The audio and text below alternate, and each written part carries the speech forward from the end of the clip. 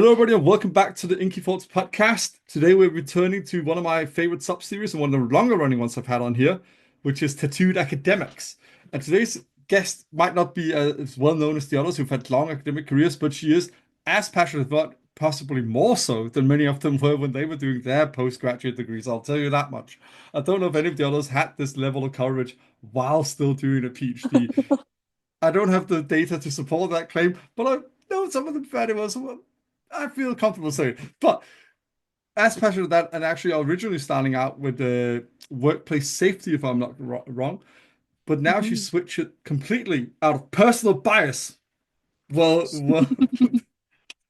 to research tattoos in the workplace. But before I butcher your credentials or your background too much, please, Alyssa, would you introduce yourself?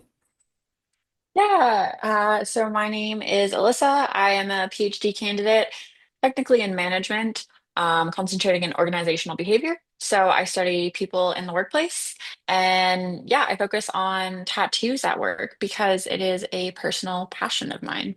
You don't say. I mean, anybody watching on YouTube will be able to note that Alyssa recently got her neck done as well, and chest full piece from the neck down over the chest, right? Yeah, full chest, so it connects right to my stomach piece. I mean, Yeah, so it'll be like full frontal, and I have my full back done, so those will all connect as well. a different kind of full frontal, but yes, for any for any listeners on Spotify, you did not miss out on any special treats there. Yeah, no, Sorry, not quite. we've been giggling a lot before recording the episode, so I think we're still a little bit loopy from laughing. But I'm curious because I mean I've read through your website. There's a lot of you have, to say the least, you have a lot of accolades already under your belt. But I'm curious, what actually got you into tattoos? Because I haven't really seen anything about that. Yeah, so that's a great question. And when you sent that to me beforehand, I was kind of, it made me reflect. I was like, I don't really know what got me into tattoos. I think what got me into like researching tattoos is just my interest in tattoos Yeah. in general. But what got me into my interest in tattoos in general, I am not really sure. But upon reflecting, I think it was more so like media around tattoos. So like growing up was when Miami Ink and LA Ink Mm. were quite popular, or I want to say quite popular because I liked them, but I don't really know. But I watched Miami Ink all the time and like LA Ink, and I loved like watching Kat Von D 'cause she was like this woman in tattooing, and I think watching those shows and like seeing these people getting these meaningful tattoos, which now I most of my tattoos don't have meaning, but I think that's kind of what got me I mean, interested that's in where we it. all get to that point where it's Yeah, just like, exactly. well, we've spoken about this actually a bit on Instagram, but which is one of my things I've at the time of recording now, I've recently handed in an article to Inked about this as well, which is a distinction you also have heard me talk about on Instagram by Derek Roberts of tattooed people versus people that just have Hmm. tattoos, and a lot of us that become tattooed people and really into the culture and the community and collecting extensively and all that stuff, it just becomes less important to tie a story to a Yeah. tattoo. Some of them might Hmm. still do that. Sometimes you do want a tattoo that has a story still now and then, but more often than not, it's just important to us to be tattooed in and of itself. Like it's part of our identity, you know. Yeah. Yeah, exactly. And I think a lot of my stories about my tattoos now are just like the Not worth. experiences. I thought you were gonna say a lot of my stories not worth getting a tattoo for. Like not worth it. No, I was just gonna say that most of my stories now are around the experiences that I had in getting the tattoo. So like my Yeah. interactions with the people in the shop and the tattoo artists themselves and how the whole process went. And I think those stories are also really interesting. Like I've gotten Yeah.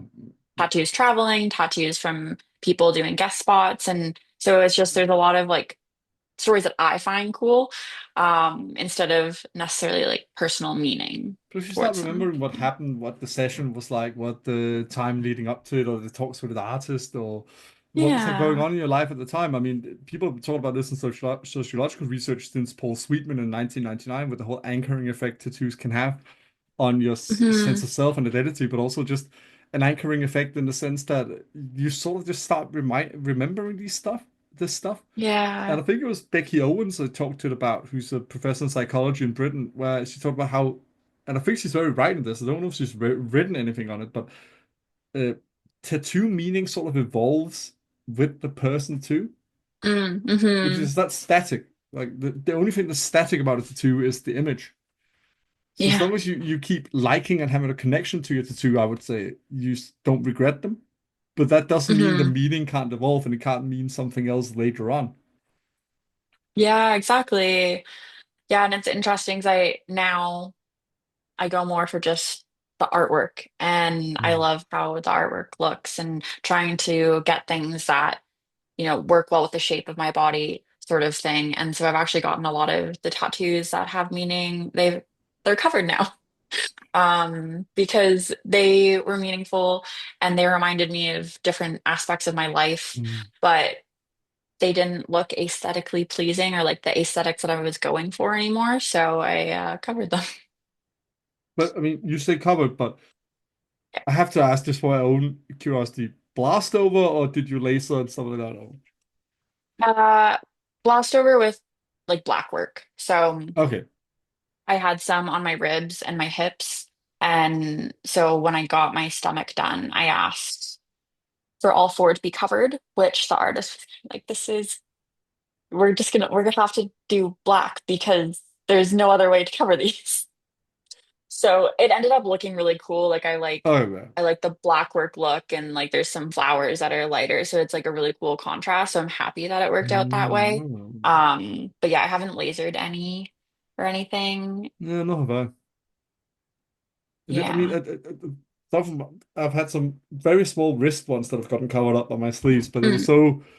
they were done in such an old school way because of a theme with the event I got them done at the mate's shop at the time, and they faded so much because I was younger when I got them done, Okay. and even though I used a lot of Yeah. sunscreen, I didn't know other stuff with keeping tattoos really well. So they're just, easy to cover up. Hmm. No laser required. But they were Yeah, also quite I meaningless, to be honest. fair. Fair. Another way that I've gotten not covered, but like within my half sleeve, I have some Mm. older ones that they're still there, but people can't really see them as much. Like I have my mom's Hmm. writing of I love you and my dad's love. And I like having that. But then Hmm. at the time that I got it, I was working as a bartender and I would put my arms up on the bar and people sitting there like, what does that say? Oh, it says I love you. I'm like, oh, you love me? Oh, This that reaction bunch is of getting fucking. old. I was about to say a very rude word then, which I do often here, but this was a code red one, I would say. Yeah, so I got annoyed with comments like that. So now it's hidden within my half sleeve, so it's still there for me, but people aren't really seeing it. Is it some of these experiences that shifted your research focus a bit? Not really, but that's interesting because I also did another podcast recently where one of the questions was like, have you experienced discrimination because of like in the Mm. workplace because of your tattoos? And I wouldn't necessarily say that I have. Like I think my research was driven by my interest in tattoos, and then like Mm. any more specifics is just kind of like where the research was and how I could build Okay. off of the existing research. So, not really, but I definitely have a lot of I mean, interesting experiences. I mean, it does make a lot of sense that your research goes that way because that is usually where you look when you look at workplace and tattoos and stuff. And a lot of tattoos research has been done on a lot, I say, in the within tattoo research. There's been Yeah. a good amount. There's not much done on it in the greater scheme of Yeah. like the total body of research, but within workplace research on tattoos, there is a lot about okay, how are they perceiving that. But I will say your Mhm. angle is a bit more interesting because you're looking at how bosses with tattoos are perceived, as far as I understand. Yeah. So that was what I wanted to. Like my supervisor does a lot on leadership. So like how can I Okay. incorporate leadership into my research? So I thought, okay, how are leaders, whether it be like managers, supervisors, like various levels of the Yeah. hierarchy in organizations, how are they perceived? Right now, I'm not finding any differences in terms of I'm looking at observers' perceptions of like a tattooed colleague or a tattooed supervisor. And I'm not finding a lot of differences. There's significant differences, but that's not to say they don't exist. I Yeah. just haven't found any. I And mean, it that's could go always going to either be way. the dread of any researcher because that you can never control fully what's going to be in your sample, you know. Yeah, and I think it makes sense. Like it might just be that tattoos kind of overpower any other things because I'm not Mm. finding any significant gender differences either. Yeah. Um, but with leaders or whatever term we want to use for like managers, bosses, there's a bit like Assholes. so many different. I mean, you could say No, that as no, well, I've had but some great bosses in my day actually, so I can't really talk about yeah, that too much. I've had some real bad ones as well, but I've actually been quite lucky with a lot of jobs I've had that have been quite nice, my bosses. it's amazing. And yeah, it's hard because I think a lot of people think negatively, but bad often stands out and we remember those bad Mm. experiences. But I may have lost my train. Oh, yes. So it can go either way because Yeah. on the one hand, leaders are held to a higher standard. So it might be that employees perceive them more negatively Mm. because violating what they expect and they're holding this leader to a higher standard. Mm. So they might treat them worse or perceive them worse.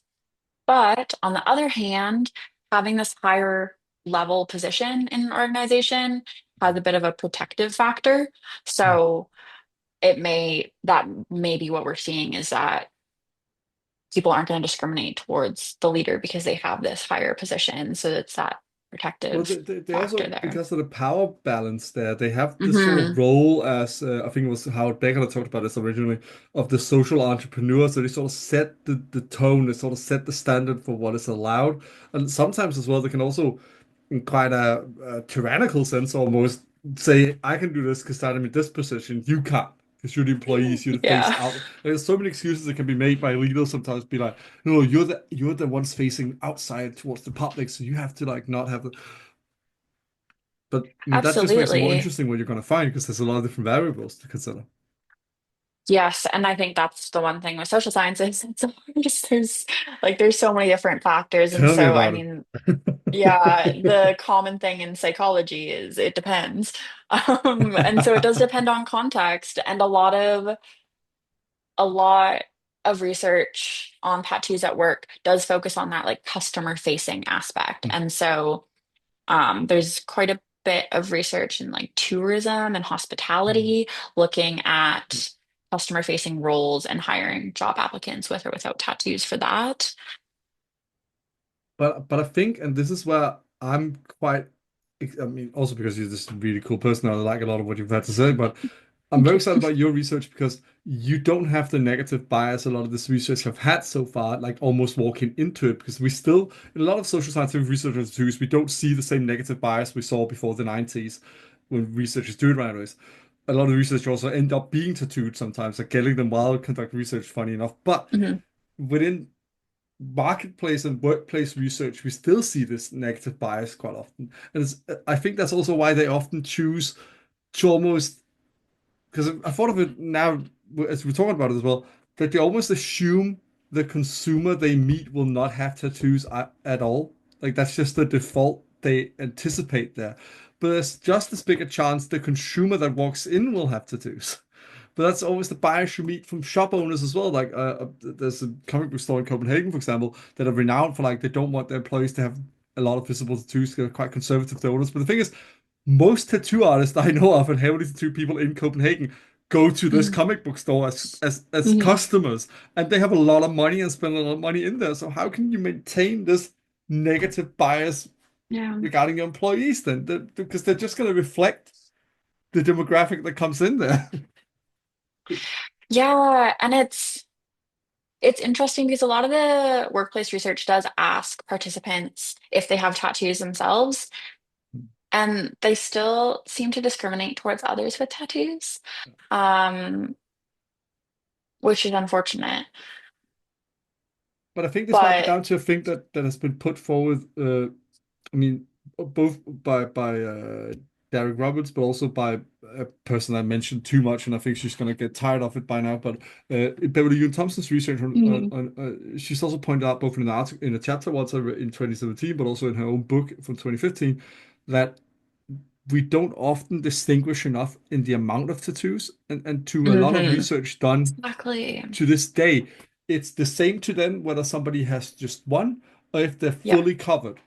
Yeah. So I would almost I would hazard a guess most people that are negatively biased towards other people with tattoos are often not that covered themselves and often follow societal standards for the stigma Yeah. regarding heavily covered because that's the thing. It's the point I've made many times in this podcast. Exactly. The goalpost has just been moved. We may not discriminate everybody with Yes. tattoos anymore, but people that Yes. are tattooed people and like get really into it, we are still seen as a subculture. We're still heavily Yes. discriminated. All this shit. So I think that's the Exactly. thing. So if you compare that, they should Yeah. absolutely take that into account because I think that's going to give a Yes. whole other uh, analysis. It's going to make the analysis quite different when you look at the results because you're going to be able to take into account. Well, yeah, this person said they don't trust people with, let's say, a full forearm tattoo or two full Yeah. sleeves, but they also themselves only have a dolphin on the ankle, and they're from Yeah. the fucking 60s.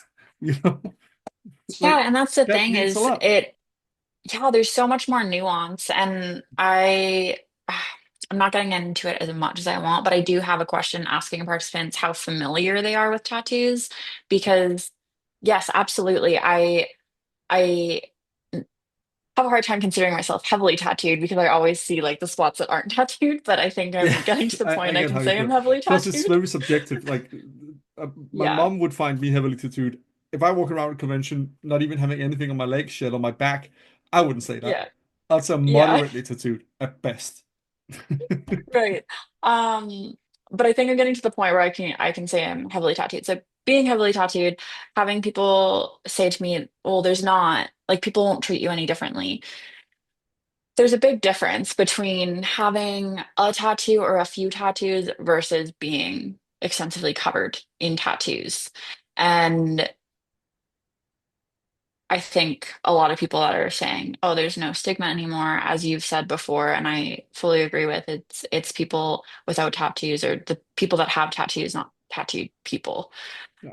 And it's interesting to see this difference. And I think also I don't have stats on any other countries but the United States, which is strange because I'm from Canada and I just couldn't find stats on it. But A lot of it's so done in the States for some fucked up reason. I mean, I know it's frustrating, but in the United States, approximately 30% of people of the population has tattoos.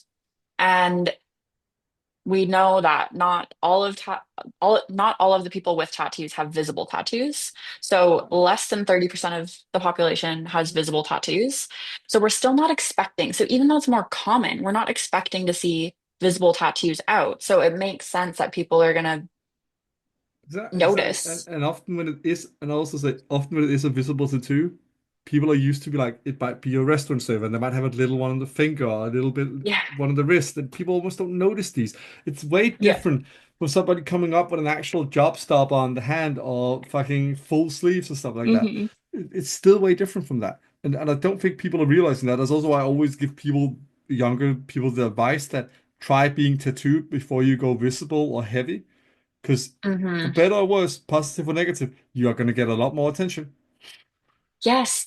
And that's what I think another thing is that sometimes I talk about people coming up more often to talk to me and I think when I talk about this, sometimes people assume that I mean people are being rude or saying negative things, Not but it's not necessarily. that. It's just there's yeah, there's a lot of positive and there's a lot of like compliments, but it is more. Like people come up and talk to me more often now. I know there's people looking at me more often now.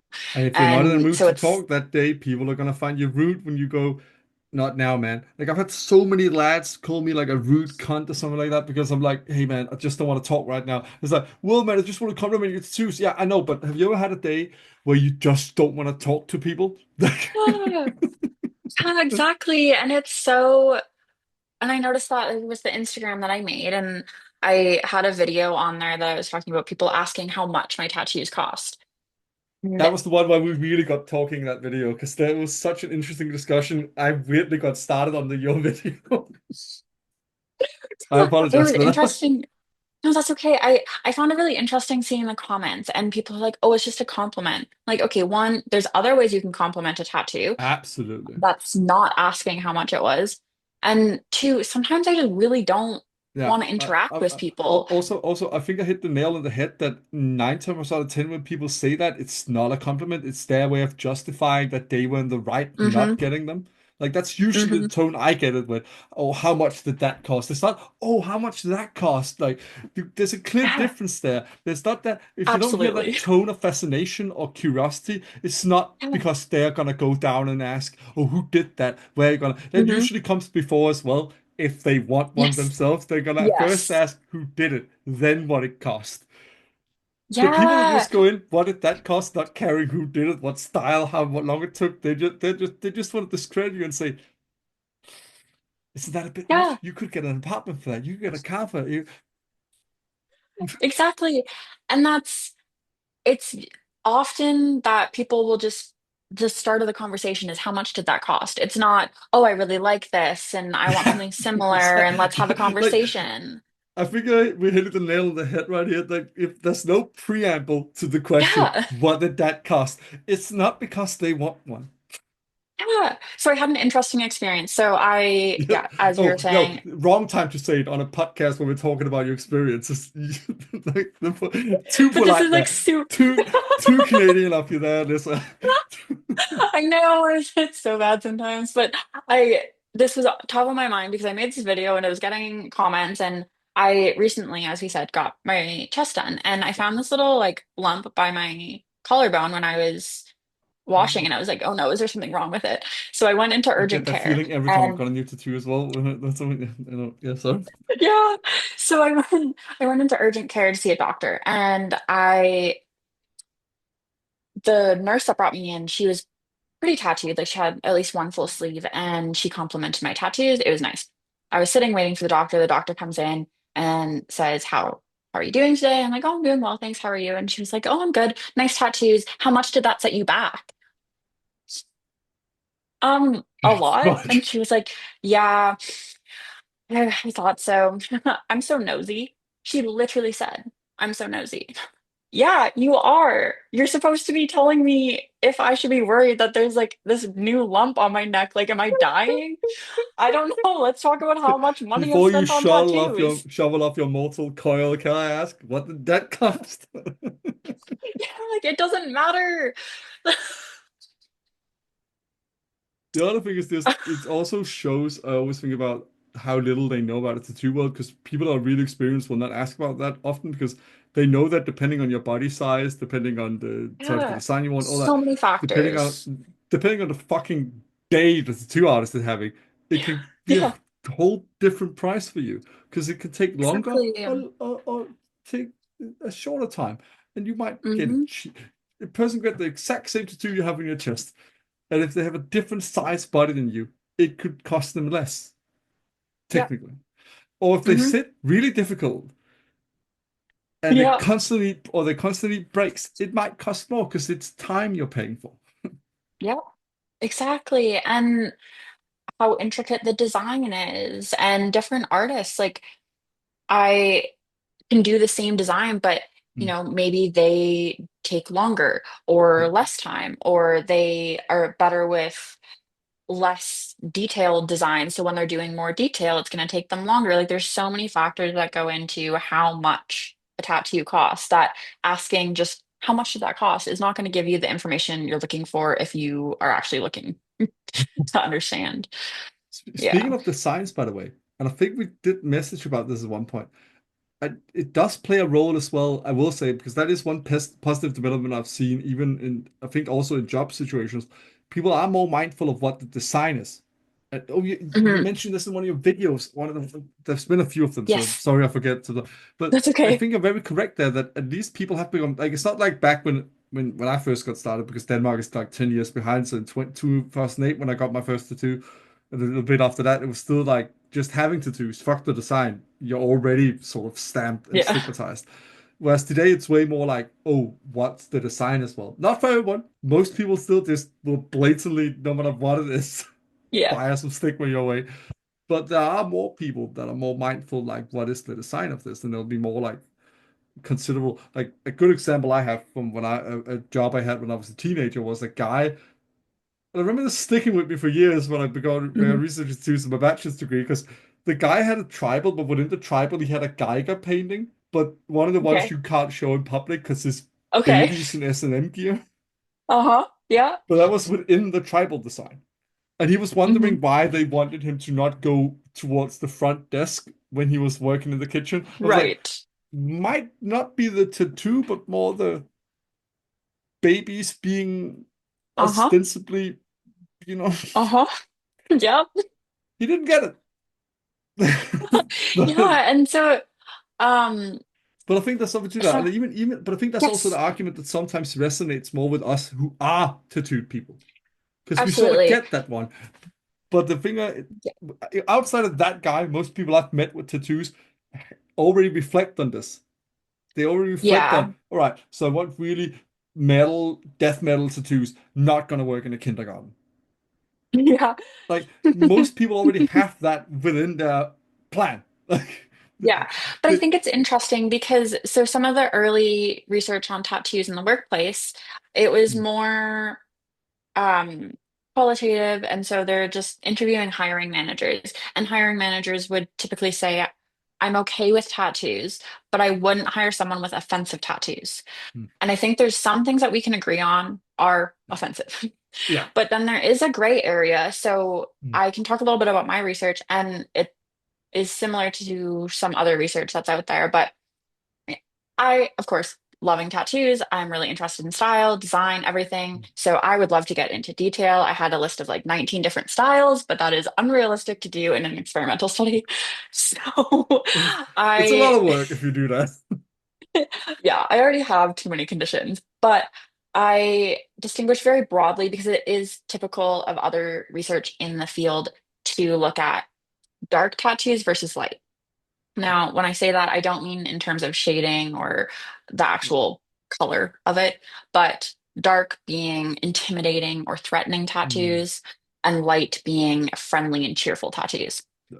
And so when you distinguish between those, my research is showing, and other research has been showing, that workers with light tattoos are perceived generally similar to those with no tattoos. Yeah. So they're not really Well, experiencing that's discrimination what I there. would imagine as well. Like it's hard to hate somebody with a Pokemon sleeve. Yeah, but then that's the thing, is that also like when we're looking at, so dark tattoo, like workers with dark tattoos are more discriminated against, less likely to be hired and whatnot. But then it's hard because there are certain things we can agree on Mm. are light and dark, but then individual differences, like there's going to be so much Absolutely. variation within There's going to what be somebody so much considers. subjective, so many Yeah. subjective variables in that. Yeah. So like what I consider intimidating might not be what somebody else considers intimidating. And Like I, for example, what don't I, think my yeah. vampire lady is intimidating at all. Like Mhm. she's looking blood off her finger. I can see how other people might, but it's not. It's not a very gory scene as such, and it's dark-ish Mhm. themes, but it's not intimidating to me. But others, I get why Yeah. others could Yeah. see that intimidating. You know? Exactly. So it's really hard, I think, because there is so much subjectivity in that, that it's hard Mm. to say. Like, there's no clear this would be discriminated against, and this wouldn't be discriminated against. There is a Mm. lot, and then I think there's a lot of neutral. Some people will ask me like, "Oh, well, what would your tattoos be classified as?" Like, I have no idea. Like ornamental, I don't know. I mean, that's the other thing when you come up with categories and you need to have a broader scope. Sometimes some people will fall in between the cracks because they don't necessarily have the, what am I going to say here? Oh, my English is failing me for a moment. What's it? They don't necessarily have the mental vocabulary to sort of Mhm. distinguish these categories correctly. Even in more qualitative work, sometimes you have to be careful with the stuff like this because whatever definition you come up with can be not at all translate to the personal context of whoever you're talking to. Absolutely. So it Sorry for anybody is. listening in. That was very social scientific and nerdy, but that is what we do here sometimes.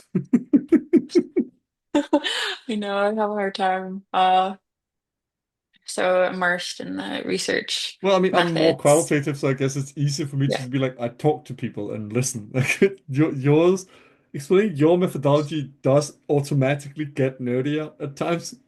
Yeah. Yeah, that's true because I mean, qualitative, there is so much that goes into it, but it is a little bit easier sometimes to be like, yeah, I talk to people. And I think Of oftentimes, course, it's much more than that, especially for research. I'm not trying to oh, undermine yeah, qualitative, but it's just, so it much is more than sometimes that. easier to explain to people, hey, do you want to be part of this? I'm going to interview you, and people mostly know what an interview is, you know? Yeah. Whereas I'm doing like, I manipulate, I have these images that I've created of people with or without tattoos and a little description, and people are randomly assigned to view one of those, and like do a survey, and then I do all these analyses that are super fun. I You sound so don't like psyched doing about it it. right now. It's just so tedious. Like I think This is what happens at the end of a PhD, from what I'm told. I've only got halfway myself, but this is what happens. I know it's so funny because I meet people and I people will be like, your research on tattoos, that must be so interesting. I would love to You hear know more what? I about it." And I'm like, I don't envy want to talk you. about I envy you. You know what people ask me when I've said I research tattoos? it. They always say the following sentence, especially if it's in Denmark. How do you do that? Okay. And I'm just like, depends on the field. Yeah, In exactly. medicine and biology and chemistry, you might take ink samples. In what I do, you talk to people. Yeah. Yeah, that Oh, would about be tattoos. Yeah, yeah.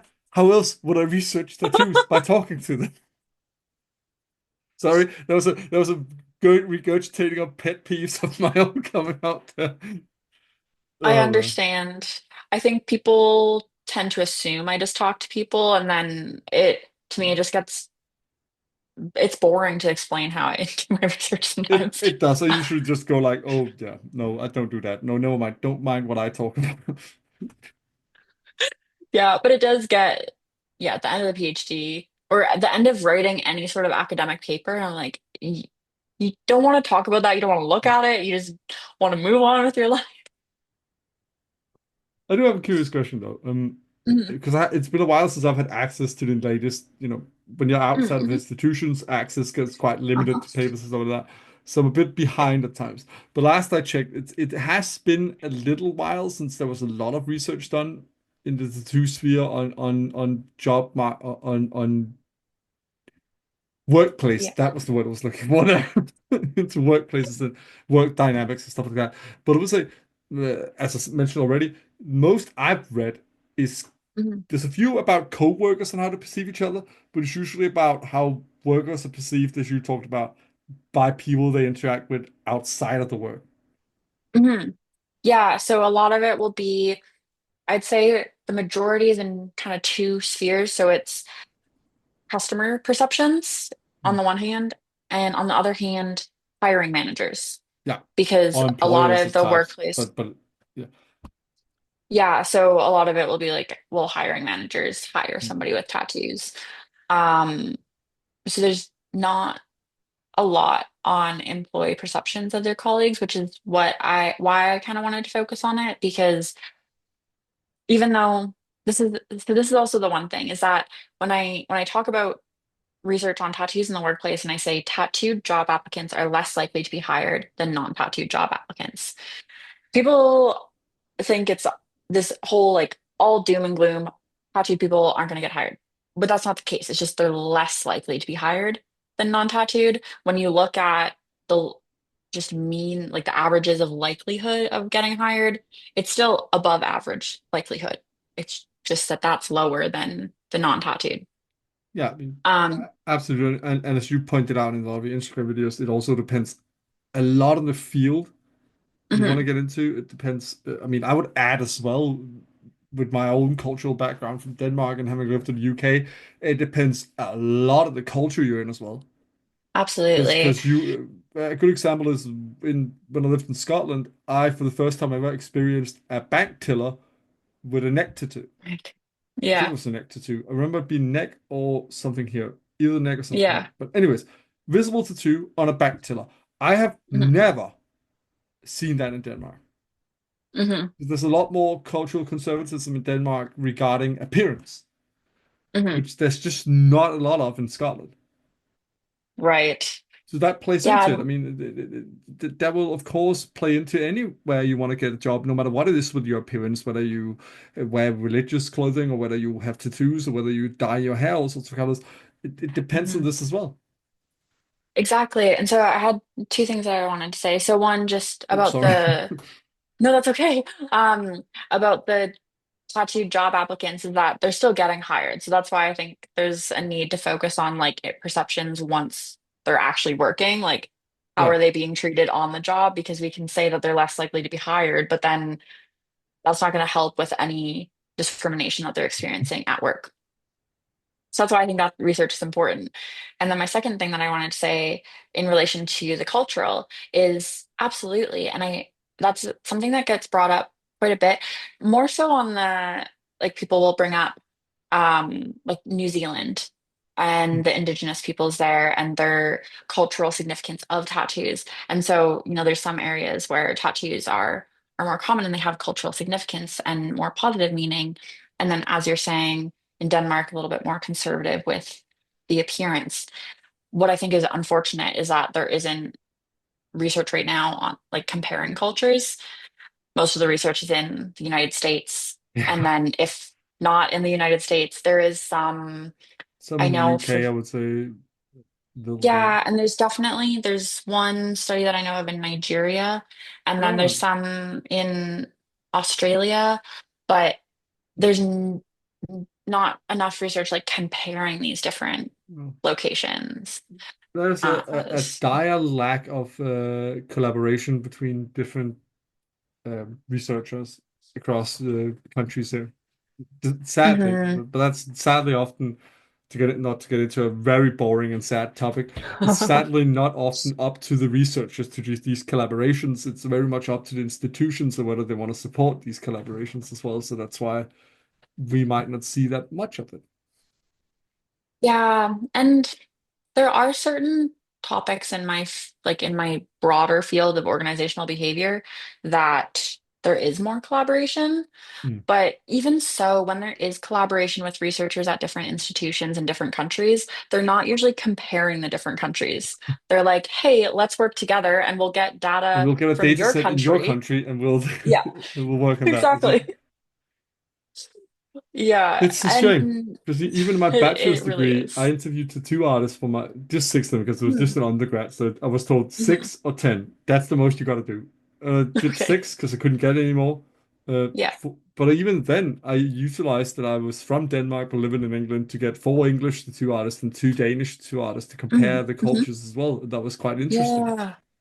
Yeah. So interesting. And I think even regional differences is something that's coming up a lot I mean, that is now. way, even in a tiny country like mine, that is important. But Yeah. in a country at the Yeah. size of yours, as I've told you Yeah. before, I know Canada's so massive. So I think if we look at like big cities in Canada versus like small towns in Canada, there'll be differences. But even absolutely. across the big cities in Canada, because Yeah. like I have lived in three different provinces. Like I grew up in Okay. BC, I've lived in Alberta, I've lived in Ontario, I've spent a decent amount of time in Quebec, Now, and now, there's now, definitely now, for us that differences. are Yeah. not Canadian, myself Yes. included, provinces Yes. are not territories. Territories are the even bigger thing, right? Uh, they're kind of similar. So territories, we just have like the north of the country is territories. There's not a lot of people that live up there. Okay. Um, I'm sorry. I just want to, I get provinces as sort of states. Provinces are You're like absolutely right. states. I'm from a Yes. country that doesn't have any of this shit. We have municipalities. That's it. We're fucking tiny. Okay. I know. Yes. So provinces would be the equivalent of the states in the United States. Okay. We But they have are quite 10 province. well, I would say, as far as I know, there's 10 provinces, so they're quite massive, I Yeah. would say. Yeah. Yes. Correct. Yeah. So it takes like to drive across BC, say it would take 10 hours. Yeah. That would bring you across Denmark and back again. Just about. I know. So and it might be a little bit more depending, but let's say from where I grew up on one side of BC to get to the other side, it would take us about 10 hours. And even to get from Calgary, Alberta to Vancouver, BC is 10 hours. And so my friend did that move and I was making fun of him because him and his parents took multiple days to drive up that distance, but they are Romanian. And so they spent most of their life in Romania. And so he was like, Alyssa, countries in Europe. Yeah, it's not. I mean, shit, man. Fuck, man. We only drive that long. When it's like, hey, when it was back in the 90s, and it was like, hey, let's take a car holiday to Italy all the way up from Denmark, and it's fucking Mhm. 12 hours, and we stopped twice on the fucking way, to fucking sleep somewhere. Because who the fuck drives for that long? Like, right, Yeah, before you we do. embarrass me anymore on this topic, we've digressed down. Let's go back to what we were talking about. Yeah, tattoos. Okay, we'll stop with geography. Oh, Oh, actually, speaking of territorial tattoos, hopefully bringing a bit back now. okay. Because I know this is actually a thing we have similar, despite Denmark and Finland and Canada, because we both have Inuit populations as well. Do you Yes. think that? I mean, you all actually have two different indigenous cultures in your country. You have both North American indigenous people and Inuit indigenous people, and they both have tattoo traditions. Do you take that into account? Is there any way to take that into account as well in your study, or is that a bit adding too much of a variable again? Yeah, so I'm focusing on like settler populations, not Oh yeah. indigenous populations, because I think it would add I think it would be important to look at, but I think it just adds too much to my current focus. I would But say, I mean, I'm that is the difficulty with it, yeah. you know.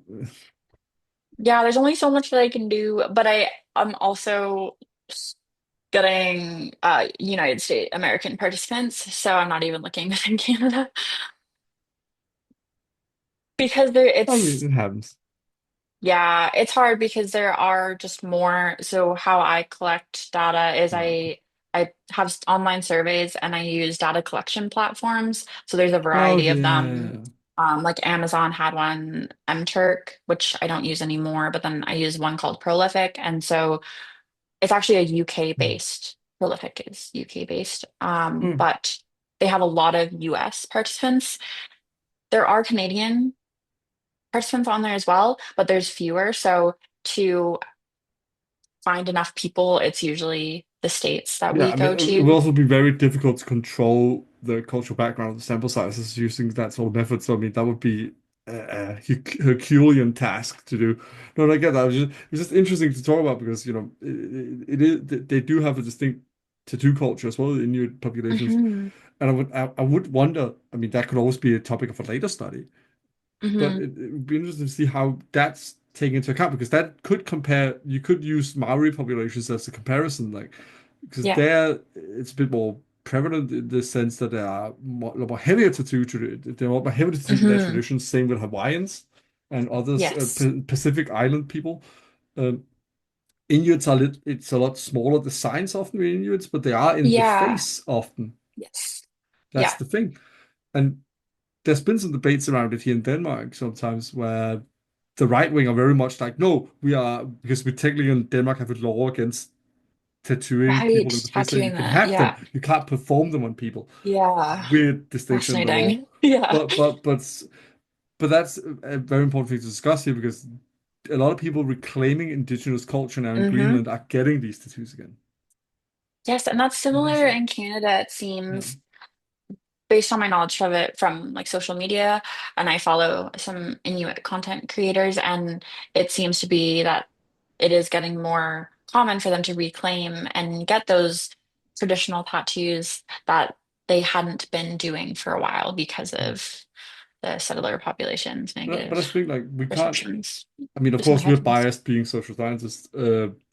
We often are on the side of diversity, so this is going to be pretty required. But considerations need to be shown to this. I would always argue that even if you Hmm. want to discriminate other people with face tattoos, you can't discriminate people with such an integral part of their heritage, Yes. their cultural heritage, which is also the side I share here in Denmark because some right wingers like, oh, fuck that, you should be okay with discriminating against people with face tattoos, even Inuits. I'm like, it's wrong at the best of times, but it's absolutely 10 times even more wrong to say, no, you're reclaiming your culture, so fuck you. You don't get Uh, to face the truth, you know? yeah, it's when it gets to culture, there's a huge difference when something is culturally significant versus somebody has something offensive tattooed on their face. Like that's a huge Absolutely. difference. Absolutely. Yeah. Plus, often the designs don't have anything offensive worked into them No, at all. not at all. So, Yeah. but it is I'm interesting. sorry to throw People, that yeah. curveball at you. Just I Oh no, just that's couldn't help but okay. think about it. I don't want people thinking you're avoiding purposefully interviewing Yeah, and me. I always I try to mean, like, put a disclaimer that I am focusing on settler populations and well, like indigenous I populations think that's only the have. right thing to do. I remember when I was trying to do my PhD as well. I also wanted to be very open about that. I was focusing on mainly, Western. I was focusing on Western Northern European context because I don't think it's a waste of time to focus other places, but I think first of all, it's time that people from those cultures do it themselves. I think they're a bit tired of especially white men coming and talking about their Uh-huh. tattoo traditions. Yeah. Second of all, I think there's so many brilliant people coming from these cultures themselves that want to research this too, and they should be Hmm. the ones to talk about it for a bit. You know, not Exactly. for a Yeah, bit. like That I sounded don't weird. That sounded feel like they get to do. No, I mean they need to get. they should be the ones. Yeah. They deserve the stage to talk about this stuff. So I always feel Yes. like that. That's also why I've tried to get Absolutely. indigenous voices on here. Like try my Yeah. best to. I do want more of them. I have had one Inuit Danish woman on here who's Hmm. a tattoo artist talking about tattoos in that context. I would love to get others too as well, because I learned from that too. Yeah, It's exactly. because that's a whole different context than I have for it. Hmm. Yeah, and I think it's such an important topic to look at more indigenous populations and the cultural significance around it. But yeah, I don't have the like my background is not that, so I don't feel like I have the experience to be a voice for. Yeah, and there's just been a long history of very entitled Mhm. colonizer and settler populations. Yeah, Be like, no, no, we're I don't gonna want to do research them. that. They can't do that. And Yeah, just oh, yeah, that's I don't just want to not do that. okay. No. I mean, I'll happily throw a comment in there from other research I've read, but I'm not gonna stand here and be like, no, no, let me tell you how your culture is. Exactly. No, no, no, no, Yeah. no. Yeah. Hmm. But Hmm. um, I'm curious. I had you talked about it a little bit on your social media and that, and I know it's still it's always precarious before the end. But are there any like patterns you're starting to see? I mean, you've talked about it a little bit, but are there any sort of is there any conclusion that's sort of slowly narrowing towards your research? Right. So, okay, one thing that I like to say, because for any budding academics out there, a lot of my predictions were not supported in my research. Mhm. So, like a lot of the things that I hypothesized about, I did not find. And that is perfectly okay and still very I mean, informative. it's part of it. Exactly. But yeah, because I was going to talk about key takeaways from my research, and I just wanted to put that in there because you often hear about the significant results that we're finding, but you don't hear about all of the things that didn't work out. Well, I So, think it's beautiful that you're saying that because I don't think enough people are brave enough to talk about that sometimes, and I think it's an important part of it, as you were saying yourself, that a lot of stuff sometimes you don't find anything significant, and that can actually be a mhm. significant finding to say, hey, nothing Yeah. changed. You gotta w wake up, man. Yeah. So my thing that I'm finding, that I can talk about the pattern from my research is getting back to what I said about the content with the friendly versus the dark, but also it's about like observer perceptions and the stereotypes that they have in mind when they're interacting Mhm. with tattooed folks.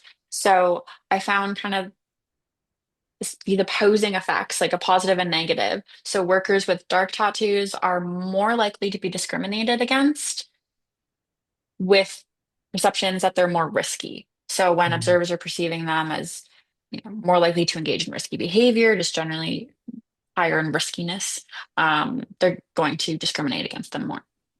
It's wild. But These at this, stigmas still persist yes, to me. but Sorry. it's interesting because at the same time, workers with dark tattoos are less likely to be discriminated against with perceptions that they're more artistic.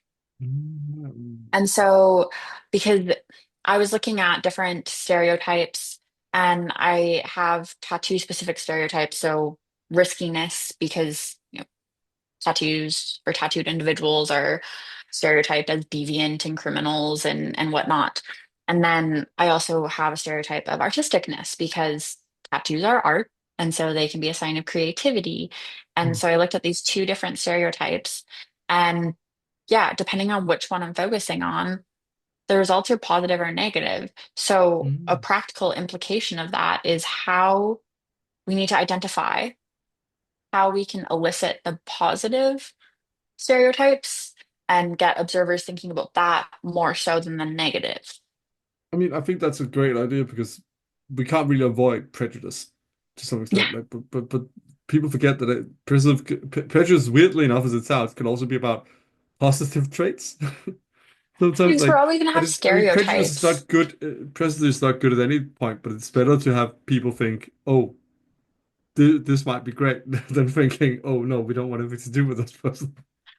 Yeah. And I, as humans, we're always going to have like stereotypes because Yeah. our minds Mm. want to categorize things. Because if Yeah. we weren't categorizing things, it would be far too overwhelming to I've live. been, I mean, I remember, I think it was in Karen E. Cerullo's book on cognitive sociology at one point, which I took once, which is weird because there's not much cognitive sociology, but there's a small branch of it over Right. that Yeah. called it cognitive shortcuts, where often we don't have the brain capacity to constantly reflect on every person or any choice we make. So sometimes we develop these categorizations or autopilot mode now almost, where it just makes it easier for the brains to handle the stress that is Mm. like, oh yeah, I know I've Hmm. met people like this before, so I think they're like this. Yep. Which it takes conscious effort to deprogram, which is worthwhile, but it also is worthwhile to understand that people can't help but sometimes do this stuff, for better or worse, either positive or negative. They'll be like, oh yeah, I know this group of people, so I'm just going to go there because I know they're going to be nice. Or that's just as much in the cognitive shortcut as saying, "Oh, I've met this type of person before. This is not a type of that person. I'm gonna avoid them because I had a bad experience with the other person." You know. Yeah. It's just, it makes sense when you get more into like the cognitive aspects of it. And like Yeah. there's a lot in psychology on that, that I don't really remember super well because I focused on the workplace. Yeah, I But get it. I mean, I'm by no means an expert in cognitive behavior studies either. It's not my expertise. yeah. I've used it at times within embodiment sociology and because I've looked a Hmm. lot at identity and perception and social interaction, but it's not Yeah. my expertise by far. And I could have butchered everything I said there, but I hope the main point Yes. remains. As I always Yes, do definitely. when I whimsically uh, fly off the handle with certain theories and that on here. I sadly, which is one of the many reasons I couldn't complete a PhD, did not develop great academic recall. So that is a skill I do It's not possess as well as other academics.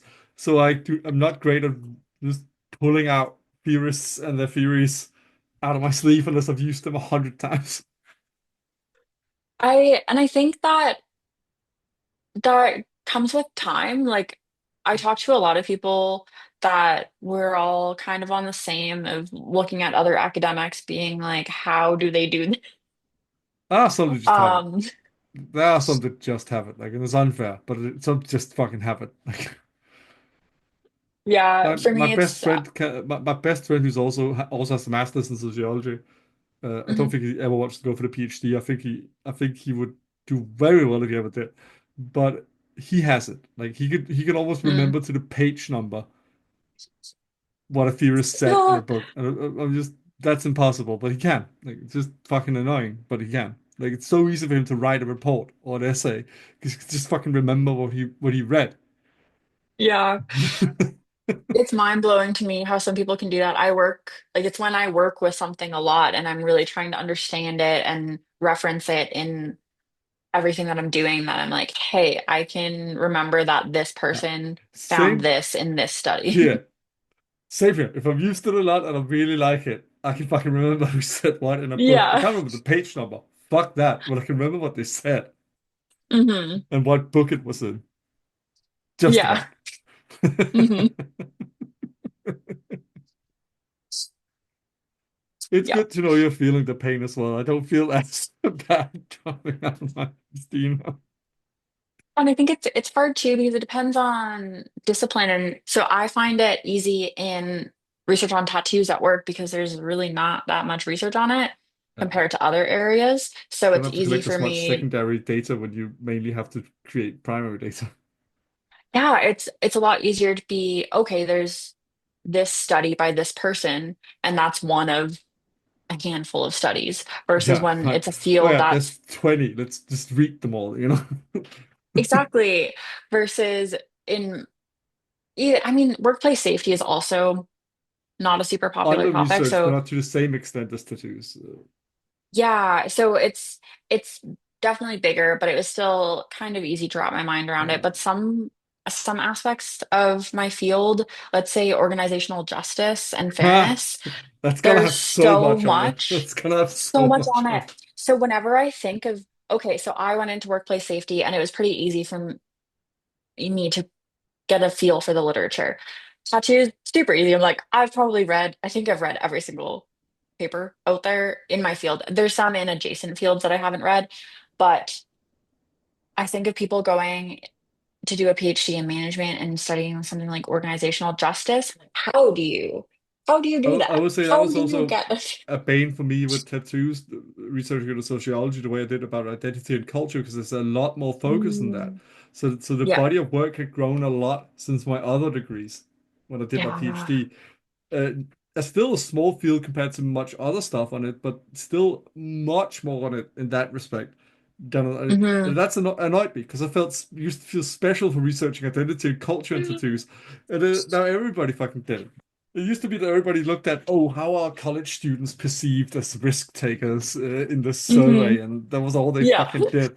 And yeah, now it's fucking no, no, let's understand you. And I fucking love that it has become that because it's much more of important. course. But Yeah, but fuck me, still at man. the It would same have been easier for time. me that was fuck all out there and I just had to create my own fucking data.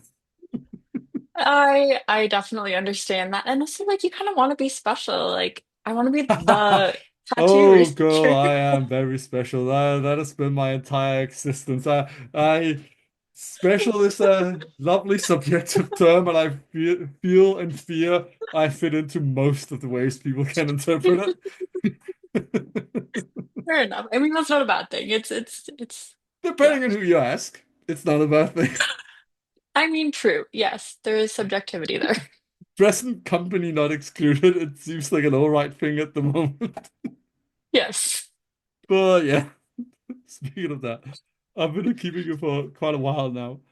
So to well, it's actually been quite a lovely conversation. I planned this way of saying this long ago when I started the podcast, Mhm. but sometimes there are tough topics, but we've been laughing so much my cheeks hurt. So Yeah. not to wind down and calm us down from a tough topic, but I always ask a bit of a sillier question at the end here. And I Mhm. completely changed my mind was what I was going to ask you through this Okay. interview. So I was thinking now, because we talked a bit before this, and originally I told you I was going to celebrate if Inked, for example, which is a public body that I've worked 3 years for them, had, let's say they hired me with a full-time salary. That would be a fucking Mhm. dream. I would absolutely go and Yes. get job stoppers done after that. Yes. Originally, that was my plan for after my PhD, so that's what's made me Mhm. curious. Are you going to celebrate with any special kind of tattoo when you finish yours? Oh, that's a good question. I mean, I already have the job stoppers. Yeah, So, like I already have my at full least two I hand. can count. Yeah, like for those that are listening and not watching, I have my full hand, like my palm, the back of my hand, my full fingers, at least for one hand. And then I have my neck. Somebody I have is. little ones. Yeah, on my face and one on my ear. So I don't know. I kind of wanted to, I thought it'd be cool to defend my dissertation having the job stoppers. Um, I think it'll depend on how much I get done before then. Like right Hmm. now, working on my chest, and then I will be done that. Maybe some of my arms. I don't have any plans to get any special tattoos, but that's also just kind of how I go about is I don't really necessarily plan. I know I want to do my full body, so Hey, then hey, hey, I've been piss poor for a long time. I planned so many tattoos. When you can't get them, you plan them. Like that's yeah, that's that's how it is. fair. Like I'm kind of, and that's where I feel like I have the flexibility to get things now. So when the inspiration strikes, like, okay, it's I funny, just you're need to the do it second now. person that has told me about how they just went nuts getting tattoos while doing their PhD. And the other one, you may have seen the episode already, was Tom Rock's Maths. Okay, The yeah. the Oxford and Cambridge mathematician who also told me about like he Yeah, just during his postgrad he just went nuts with because he suddenly had disposable income and he just went nuts with getting tattoos. Like absolutely. And for me, I was living in Kingston, Ontario, and Kingston is a lovely city. It's very that cute, sounded but I very would get facetious when you said that. I'm just gonna put it out there. Kingston, Ontario, find this woman. it's very cute, but it is, I would get bored in it because like I lived Oh, downtown, but downtown is like one street. So you can only walk up and down okay, Princess okay, Street so many times. And it's also a very student population. So okay, my cool. age group, it was a lot of grad students. So people are all on different timelines, and then you're making friends, they're leaving. You're Not a making lot friends, they're fucking going leaving. on. Like you know. Yeah.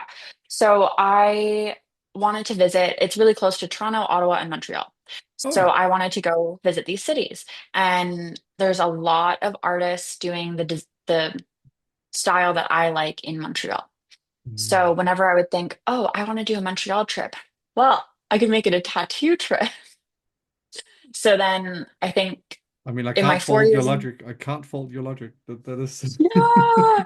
So I've been to Montreal over a dozen times, and the vast majority of those are for tattoos. It was just very convenient to take.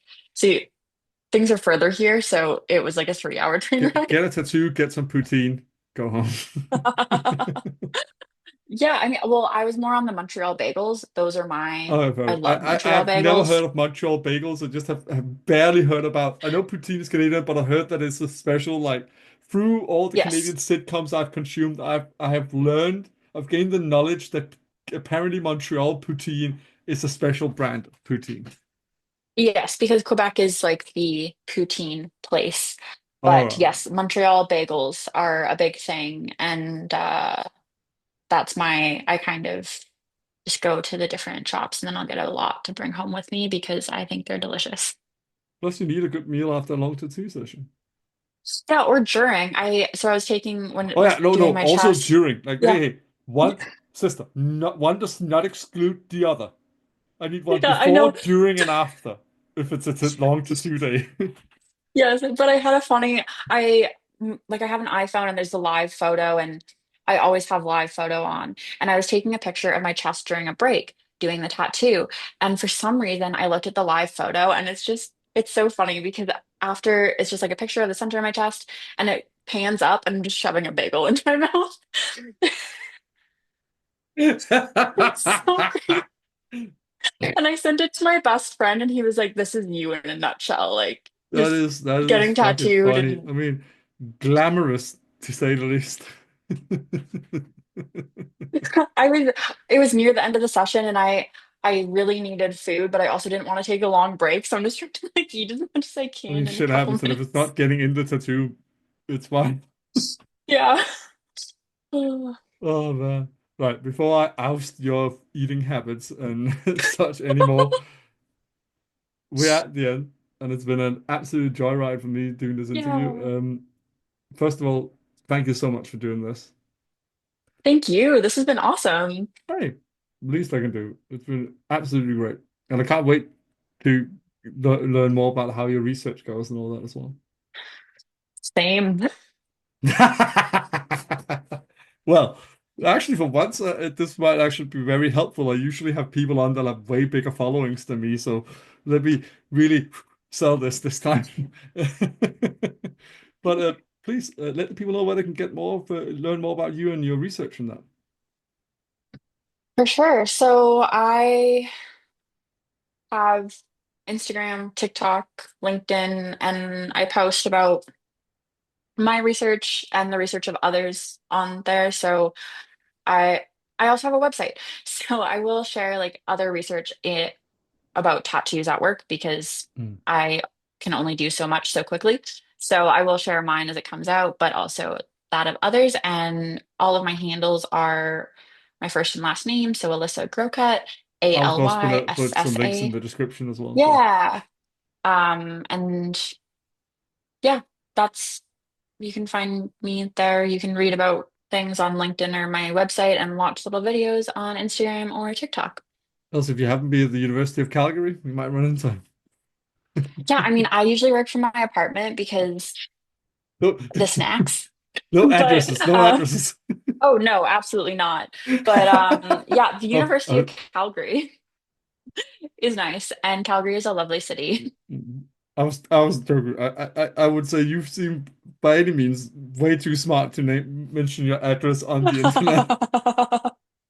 Yeah, well, okay, that's the thing though, is a Oh, lot that's of not.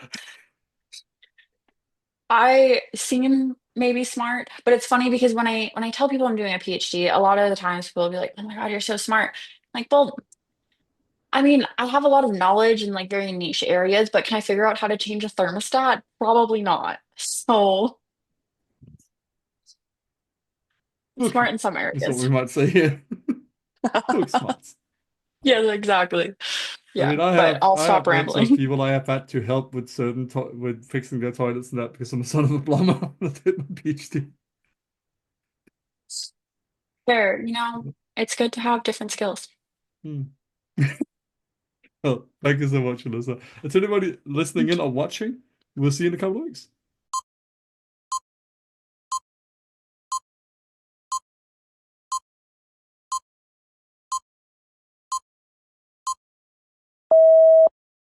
Hello, everybody. I hope you enjoyed this return to the sub series Tattooed Academics with the sixth installment with the lovely Alyssa Grocutt, who not only is, as far as I'm aware, the first Canadian I've had on the show, and I would welcome more Canadians on it as well. But she's also an incredible addition to the sub series. She's not only a heavily tattooed collector herself, but she's also found a passion for it to an extent that she even changed her research focus in her PhD program, which finishes this year, so hopefully all goes well for her, uh, to focusing on tattoos in the workplace, which is related to her previous field of study, which all surrounds the workplace environments and cultures and the like.